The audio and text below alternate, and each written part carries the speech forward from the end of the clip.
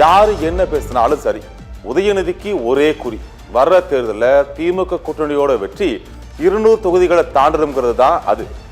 பாசிச சக்திகள் டெபாசிட் வாங்க கூடாதுன்னு கங்கணம் கட்டி பேசியிருக்காரு.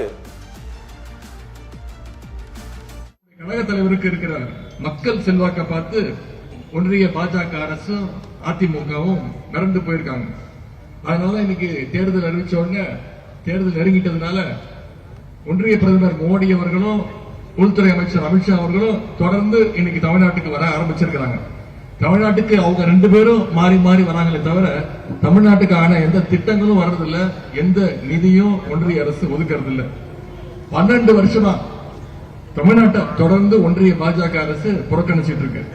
அதே மாதிரி தமிழ்நாட்டு மக்களும் பாஜகவை புறக்கணிச்சுக்கிட்டு இருக்கிறாங்க.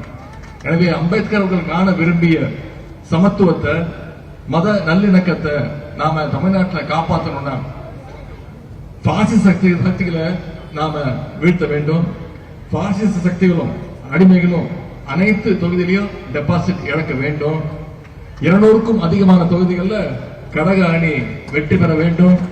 ஆகவே 7வது முறையாக நம்முடைய கழகம் ஆட்சி அமைக்கணும்னா 2வது முறையாக நம்முடைய தலைவர் மீண்டும் முதலமைச்சர் நாற்காலியில் உட்காரணும். அடுத்து வர்ற ஒவ்வொரு நாளும் நம்முடைய உழைப்பை நாம கொடுப்போம். வெளிநாட்டில் இருக்கிற கட்சி போதாதுன்னு சசிகலா தான் பங்குக்கு ஒரு கட்சியை ஆரம்பிச்சுட்டாங்க. அந்த கட்சிக்கு பேரு வைக்கிறதுக்கு முன்னாடியே கட்சி கொடியை அறிமுகப்படுத்திட்டாங்க. அதிமுக இன்னும் எத்தனை துண்டா உடையணும்னு தெரியல. கட்சி அறிவிச்சதோட விட்டாரா சசிகலா? ஓபிஎஸ் தர்மீசம் ஆரம்பிச்சதால தான பிரச்சனை அப்படின்னு கொட்டி தீர்த்திருக்காங்க. அம்மா இல்ல என்னன்னா அவங்க சீட்டை கொடுத்து போடுன்னு இருக்காங்க. அவரு என்ன சொல்லியிருக்காரு, இல்ல அது அம்மா சொன்னது, அது அப்படியே தான் போகணும்னு இருக்காரு. அவர் மேல அதுல தப்பு இல்லை. நானா இருந்தாலும் அதை தான் செய்வேன். இப்படி ஆச்சு. அவர் ரொம்ப நெருக்கடி கொடுக்க ஆரம்பிச்சிட்டாங்க அவருக்கு. அவராலையும் வெளில சொல்ல முடியல. அதுக்கப்புறம் பார்த்தேன், இதை எப்படியோ விட்டுட்டு போனா பிரச்சனை பெருசாகும் அப்படின்னு சொல்லி அதுக்கு பிறகுதான் நான் ஆகுறேங்கிற முடிவுக்கு வந்தேன். இல்லைன்னா நான் வந்திருக்க மாட்டேன். பொதுச் செயலா இருந்து நான் கச்சா பார்த்துக்கிட்டு இருந்திருப்பேன். ஆனா இந்த பிரச்சனை உள்ளுக்குள்ள புகஞ்சதுனால இதை தடுக்கிறதுக்கு ஒரு வழி இதுதான் அப்படின்னு முடிவு பண்ணி தான் நான் ஒத்துக்கிட்டேன்.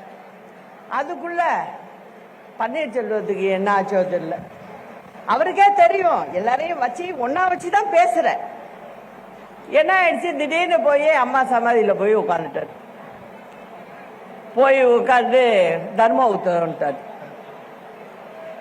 அது யாரோ சொல்லியிருக்காங்க, எல்லாருக்கும் புரியும்.